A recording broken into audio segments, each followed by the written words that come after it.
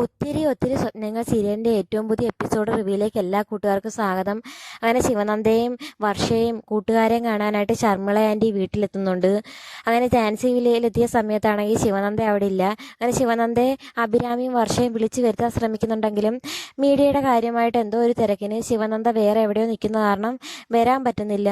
ആ സമയത്ത് ശിവ താമസിക്കുന്ന റൂമൊന്ന് കാണാൻ ശർമിളയ്ക്ക് വളരെ ആഗ്രഹം തോന്നുന്നു. അങ്ങനെ അഭിരാമിയും വർഷയാണെങ്കിൽ ശിവനന്ദയുടെ റൂം കാണിക്കാൻ ഒരുങ്ങുന്നതിന് മുമ്പേ വർഷ പെട്ടെന്ന് പോയി റൂമെല്ലാം ക്ലീൻ ആക്കുന്നുണ്ട്. അക്കൂട്ടത്തിൽ റൂമിലുള്ള എല്ലാ സാധനങ്ങളും വലിച്ചു വാരി ഇട്ടേക്കുന്നത് കാരണം ശിവനന്ദയെ ഓരോരോ കുറ്റങ്ങൾ പറഞ്ഞുകൊണ്ട് വൃത്തിയാക്കിക്കൊണ്ടിരിക്കുന്ന സമയത്ത് ശർമിള അങ്ങോട്ട് വന്നിട്ട് പറയുന്നുണ്ട്, എൻ്റെ മോളെ ഇങ്ങനെ കുറ്റമൊന്നും പറയണ്ട, ഞാനെല്ലാം കേട്ടെന്ന് പറയുന്നുണ്ട്. ആ സമയം വർഷ പറയുന്നുണ്ട്, സോറി ആൻറ്റി, ഞാൻ അങ്ങനെ പറഞ്ഞതല്ലെന്ന് പറയുന്നുണ്ട്. അന്നേരം അഭിരാമി പറയുന്നുണ്ട്, ഞാനെല്ലാം ആൻറ്റിയോട് പറഞ്ഞായിരുന്നെന്ന് പറയുന്നുണ്ട്. പിന്നീട് അവർ ശിവനന്ദയുടെ റൂമിൽ കുറേ ബുക്കൊക്കെ കൊണ്ടുവച്ചിട്ട് അവിടെ ഇരിക്കുന്ന ബുക്ക് എടുത്ത് നോക്കുന്നുണ്ട്.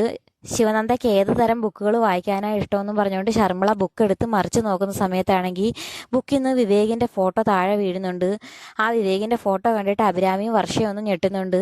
ആ കൂട്ടത്തിൽ ഫോട്ടോ എടുത്തിട്ട് ശർമിള ആൻറ്റി ചോദിക്കുന്നുണ്ട്, ഇത് അപ്പുറത്തെ ഹൗസ് ഓണർ എൻ്റെ മകൻ വിവേക് അല്ലേ എന്ന് ചോദിക്കുന്ന സമയത്ത് വർഷ അഭിരാമിയും പറയുന്നുണ്ട്, ഇത് വിവേകിൻ്റെ ഫോട്ടോ തന്നെയാണ്, ഇത് മിക്കവാറും വിവേക് വായിക്കാൻ കൊടുത്ത ബുക്കായിരിക്കും, അതിൽ അയാളുടെ ഫോട്ടോ പെട്ടത് അറിഞ്ഞു കാണില്ലെന്നും പറഞ്ഞുകൊണ്ട് അവരെങ്ങനെയെങ്കിലും ആ സിറ്റുവേഷൻ സോൾവ് ആക്കാൻ ശ്രമിക്കുന്നുണ്ടെങ്കിലും ശർമിളയ്ക്ക് കാര്യം മനസ്സിലാവുന്നുണ്ട്. ആ സമയത്ത് ശർമിള പറയുന്നുണ്ട്, എന്തായാലും ഞാൻ ഇന്ന് ഇവിടെ വന്നതല്ലേ, അപ്പുറത്ത് വസുന്ധരയെ ഒന്ന് കണ്ട് കാര്യം പറഞ്ഞിട്ട് പോകാമെന്ന് പറയുന്ന സമയത്ത് വർഷ പറയുന്നുണ്ട്, അവരാരും ഇവിടെ ഇല്ല, വസുന്ധര ആൻറ്റിയുടെ ഒരു ബന്ധു മരിച്ച്, അവരൊക്കെ അവിടെ ആണെന്ന് പറയുന്നുണ്ട്. അപ്പോൾ ഇവിടെ ആരും ഇല്ലയോ എന്ന് ചോദിക്കുന്ന സമയത്ത് അവർ പറയുന്നുണ്ട്, വിവേക് അവിടെ ഉണ്ടെന്ന് പറയുന്നുണ്ട്. അന്നേരം അഭിരാമി തർക്കിച്ച് പറയുന്നുണ്ട്, വിവേകേട്ട അവിടെ ഇല്ലെന്ന് പറയുന്ന സമയത്ത് വർഷ പറയുന്നുണ്ട്, വിവേക് അവിടെ ഉണ്ട്, വിവേകിനെ പോയി കാണാമെന്ന് പറയുന്നുണ്ട്. അങ്ങനെ അവർ കാണാൻ ഇറങ്ങുന്ന സമയത്താണെങ്കിൽ രാഹുലും അഞ്ജുവും കൂടി അങ്ങോട്ടേക്ക് വരുന്നുണ്ട്. രാഹുലിനെ അഞ്ജുവിനെയും കാണുന്ന ശർമിള വളരെയധികം സന്തോഷത്തോടെ ചെന്ന് അഞ്ജുവിനെ കെട്ടിപ്പിടിക്കുന്നുണ്ട്. എന്നിട്ട് വളരെ നന്ദിയുണ്ടെന്ന് അഞ്ജുവിനോട് പറയുന്നുണ്ട്. ആ സമയത്ത് രാഹുൽ പറയുന്നുണ്ട്, ഇനി ഇങ്ങനൊരു സഹായം ഞങ്ങളിൽ നിന്ന് പ്രതീക്ഷിക്കേണ്ട, ഹരിത കാണിച്ച തെറ്റിന് അവളെ ഈ സമയത്ത് തന്നെ ജയിലിലാക്കേണ്ടതായിരുന്നെന്ന് പറയുന്ന സമയത്ത് ശർമിള പറയുന്നുണ്ട്, ഇനി അവൾ എന്ത് തെറ്റ് ചെയ്താലും ഞാൻ നിങ്ങളുടെ കൂടെ യാചിക്കാനായിട്ട് വരില്ല, ഇപ്രാവശ്യത്തേക്ക് നീ ക്ഷമിച്ച് കളയാൻ പറയുന്നുണ്ട്. ആ സമയത്ത് അഞ്ജുവും ശർമിളയുടെ നിലപാടിന് സപ്പോർട്ട് ചെയ്ത് നിൽക്കുന്നുണ്ട്. അന്നേരം ശർമിള ചോദിക്കുന്നുണ്ട്, മോളെ ഒരുപാട് ഹരിത ഉപദ്രവിച്ചായിരുന്നു എന്ന് ചോദിക്കുന്ന സമയത്ത് കുഴപ്പമില്ലെന്നൊക്കെ പറഞ്ഞ് അഞ്ജു ശർമിളയെ സമാധാനിപ്പിക്കുന്നുണ്ട്. ഈ സമയത്താണെങ്കിൽ ശർമിള പറയുന്നുണ്ട്, ഞാൻ എന്തായാലും പോവാൻ ഇറങ്ങുവാണെന്ന് പറയുന്ന സമയത്ത് അഞ്ജു അഭിരാമിയും വർഷയൊക്കെ പറയുന്നുണ്ട്, ഇന്ന് എന്തായാലും പോകണ്ട, ഇവിടുന്ന് ഫുഡൊക്കെ കഴിച്ച് ഇന്ന് ഇവിടെ തങ്ങാം, ശിവനന്ദയുടെ ഒരു ദിവസം തങ്ങാമെന്ന് പറയുന്ന സമയത്ത് ശർമിള പറയുന്നുണ്ട്, അതിനെനിക്ക് സമയമില്ല, എത്രയും പെട്ടെന്ന് പോയേ പറ്റൂ, ചേട്ടനെ ജയിലിൽ നിന്ന് പുറത്തിറക്കുന്നതിന് വേണ്ടി സുപ്രീം കോടതിയിൽ നിന്നൊരു വക്കീൽ വരുന്നുണ്ട്, അയാളുമായിട്ട് കുറച്ച് കാര്യങ്ങൾ സംസാരിക്കാനുണ്ടെന്ന് പറയുന്നുണ്ട്. മാത്രമല്ല ചേട്ടന് അധികാരവും പദവിയും ഉണ്ടായിരുന്ന സമയത്ത് ഒരുപാട് പേരുണ്ടായിരുന്നു, ഇപ്പം ഞാൻ മാത്രമേ ഉള്ളൂ, ഹരിത പോലും ഇല്ല, അതുകൊണ്ട് എനിക്ക് എത്രയും പെട്ടെന്ന് പോയി വക്കീലിനെ കാണണമെന്ന് പറയുന്ന സമയത്ത് രാഹുൽ പറയുന്നുണ്ട്, ഞാനും ഈ വക തിരക്കിൻ്റെ ഇടയ്ക്ക് ഡാഡിയുടെ കാര്യം വിട്ടുപോയി, എന്തായാലും ഞാനും കൂടി വരാമെന്ന് പറയുന്നുണ്ട്. ആ സമയം ശർമിള പറയുന്നുണ്ട്, നീ എന്തായാലും വരണ്ട, ആ സമയത്ത് ഹരിതയും കാണും, കണ്ടു കഴിഞ്ഞാൽ പിന്നെ അവിടെ ഒരു പ്രശ്നമാവും, എന്തായാലും ഞാൻ തന്നെ പൊക്കോളാം എന്ന് പറഞ്ഞ് ശർമിള അങ്ങനെ പോകുന്നുണ്ട്. ആ സമയത്ത് രാഹുലും യാത്ര പറഞ്ഞ് പോകാൻ ഒരുങ്ങുന്ന സമയത്ത് വർഷയും അഭിരാമിയൊക്കെ പറയുന്നുണ്ട്, ഫുഡ് കഴിച്ചിട്ട് പോകാമെന്ന്. ആ സമയത്ത് സമയമില്ല, പകരം ഒരു ചായയും കാണും കുടിച്ചിട്ട് പോകാമെന്ന് രാഹുൽ പറയുന്ന സമയത്ത് അഭിരാമി പറയുന്നുണ്ട്, ഇവിടെ വർഷ വളരെ സ്പെഷ്യലായിട്ട് ഫുഡൊക്കെ ഉണ്ടാക്കി വെച്ചിട്ടുണ്ട്, അതൊന്ന് ടേസ്റ്റ് ചെയ്തിട്ട് പോകാമെന്ന് പറയുന്ന സമയത്ത് എന്നാൽ രാഹുൽ പറയുന്നു, എന്നാൽ പിന്നെ അതൊന്ന് ടേസ്റ്റ് ചെയ്തിട്ട് പോകാമെന്ന് പറഞ്ഞുകൊണ്ട് രാഹുൽ വന്ന് ഫുഡ് കഴിക്കുന്നുണ്ട്. അന്നേരം രാഹുൽ പറയുന്നുണ്ട്, ഈ ഫുഡിന് വളരെ ടേസ്റ്റ് ഉണ്ട്, വർഷ ഉണ്ടാക്കിയതാണെങ്കിൽ സൂപ്പറായിട്ടുണ്ടെന്ന് പറയുന്നുണ്ട്. ആ സമയത്ത് അഞ്ജു പറയുന്നുണ്ട്, ഇതെന്തായാലും വർഷ ഉണ്ടാക്കിയതല്ല, വർഷ ഉണ്ടാക്കിയ ഫുഡിന് ഈ ടേസ്റ്റ് അല്ലെന്നൊക്കെ പറയുന്ന സമയത്ത് അഭിരാമി പറയുന്നുണ്ട്, എനിക്ക് ഉറപ്പാണ് ഇതെന്തായാലും വർഷം ഉണ്ടാക്കിയതല്ലെന്ന് പറയുന്നുണ്ട്. ആ സമയം രാഹുൽ ചോദിക്കുന്നുണ്ട്, നിങ്ങൾക്ക് ഒരാൾ ഫുഡ് ഉണ്ടാക്കിയതിൻ്റെ ടേസ്റ്റ് വെച്ചിട്ട് ആരുണ്ടാക്കിയതെന്നൊക്കെ കണ്ടുപിടിക്കാൻ പറ്റുമെന്ന് ചോദിക്കുന്ന സമയത്ത് അഭിരാമി പറയുന്നുണ്ട്, ഫുഡ് കഴിക്കുന്ന ടേസ്റ്റ് വെച്ചിട്ട് നമുക്ക് കണ്ടുപിടിക്കാൻ പറ്റുമെന്നൊക്കെ അഭിരാമി ഇങ്ങനെ പറയുന്നുണ്ട്.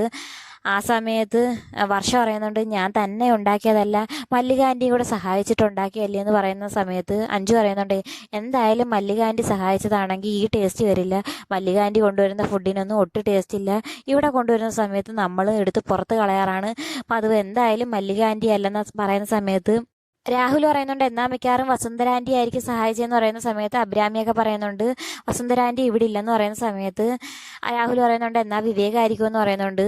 വിവേകേട്ടനാവാനാ സാധ്യതയെന്ന് അഞ്ജുവും പറയുന്ന സമയത്ത് വർഷ അവിടെ നിന്ന് അഞ്ജുവിനെ കൈ കാണിച്ച് തൊഴുകുന്നുണ്ട്. എങ്ങനെയെങ്കിലും ഈ വിഷയം മാറ്റണമെന്ന് പറയുന്നുണ്ട്.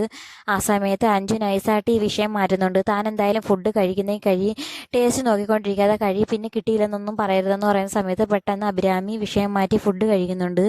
എന്നാലും അഭിരാമി പറയുന്നുണ്ട് ഇത് ആരാ ഉണ്ടാക്കിയെന്ന് ഞാൻ എന്തായാലും കണ്ടുപിടിക്കുക തന്നെ ചെയ്യും, എന്നെ അങ്ങനെ പറ്റിക്കാനൊന്നും നോക്കണ്ടെന്ന് പറയുന്നുണ്ട്. അങ്ങനെ ഫുഡൊക്കെ കഴിച്ച് രാഹുൽ പോകാൻ ഒരുങ്ങുന്ന സമയത്തും അഞ്ജു എന്ന് പറയുന്നുണ്ട് സൂക്ഷിക്കണം, ഹരിതയുടെ ഗുണ്ടകൾ മുമ്പും പിടിച്ചോണ്ട് പോകാൻ നോക്കിയതാണ്, എന്തായാലും വിജയബാബു സാറ് വന്നതുകൊണ്ട് മാത്രമാണ് രക്ഷപ്പെട്ടത്, ഇനിയെങ്കിലും സൂക്ഷിക്കണമെന്നൊക്കെ പറഞ്ഞ് രാഹുലിനെ പറഞ്ഞയക്കുന്നുണ്ട്. പിന്നീട് രാത്രി ശിവനന്ദ എത്തിയപ്പം അഭിരാമി ഉണ്ടായ കാര്യങ്ങളെല്ലാം പറയുന്നുണ്ട്.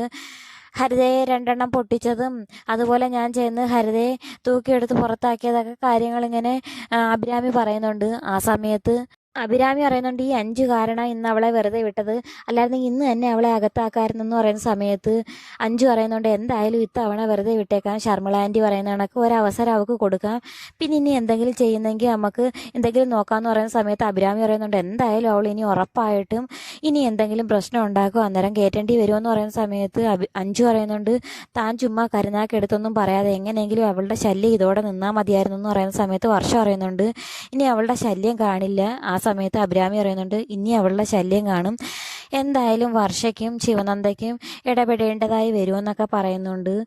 ആ സമയത്ത് ശിവനന്ദ വന്നിട്ട് അഞ്ജുവിനെ 2-3 അടി അടിക്കുന്നുണ്ട്. എന്നിട്ട് നീ എന്തിനാ അവളെ വെറുതെ വിട്ടത്, ഇന്ന് തന്നെ അവളെ അകത്താക്കിക്കൂടായിരുന്നു എന്നൊക്കെ അഞ്ജുവിനോട് പരിഭവം പറയുന്നുണ്ട്. ആ സമയത്ത് വർഷ അഞ്ജുവിനെ സപ്പോർട്ട് ചെയ്തുകൊണ്ട് പറയുന്നുണ്ട് അഞ്ജു ചെയ്തത് തന്നെയാണ് ശരി, ശർമ്മള ആൻറ്റി പറഞ്ഞ കണക്ക് ഒരവസരം കൊടുത്തതിന് തെറ്റില്ലെന്നൊക്കെ പറയുന്ന സമയത്ത് അഭിരാമി പറയുന്നുണ്ട് ഈ കുലസ്ത്രീകളെ കൊണ്ട് ഒരു വിധത്തിലും വയ്യല്ലോ, ഇന്ന് തന്നെ അവരെ പൂട്ടായിരുന്നെന്നും പറഞ്ഞുകൊണ്ട് അഭിരാമി ദേഷ്യപ്പെടുന്നുണ്ട്. പിന്നീട് രാത്രി രാഹുൽ വിളിക്കുമ്പോൾ അഞ്ജു പറയുന്നുണ്ട് ഇതുപോലെ ശിവനന്ദ എല്ലാവരും അവളെ അകത്താക്കാത്തതിന് എന്നോട് പരിഭവം പറയുന്നെന്ന് പറയുന്ന സമയത്ത് രാഹുലും പറയുന്നുണ്ട് എനിക്കും എന്തായാലും ഹരിതയെ പോലീസിനെ കൊണ്ട് പിടിപ്പിക്കണമെന്ന് തന്നെ ആയിരുന്നു, വർഷ പറയുന്നതിനോട് ഞാൻ യോജിക്കുന്നില്ല, വർഷ എന്തായാലും ശർമ്മള ആൻറ്റി മുന്നേ ഒരു ബന്ധമുള്ളതാണ്, ശർമ്മള കുത്തിവെച്ച് അതേ തീരുമാനത്തിലൂടെ വർഷ പോകും, അതുകൊണ്ട് ഈ കാര്യത്തിൽ വർഷയുടെ നിലപാടിനോട് ഞാൻ യോജിക്കുന്നില്ല, ശിവനന്ദ പറയുന്നതാണ് ശരിയെന്ന് രാഹുലും സമ്മതിക്കുന്നുണ്ട്. അങ്ങനെ ഒരു സംസാരിച്ച് ഫോണൊക്കെ കട്ട് ചെയ്യുന്ന സമയത്ത് രാഹുലിൻ്റെ മുമ്പിലേക്ക് ഒരു കാറ് വന്ന് നിർത്തുന്നുണ്ട്.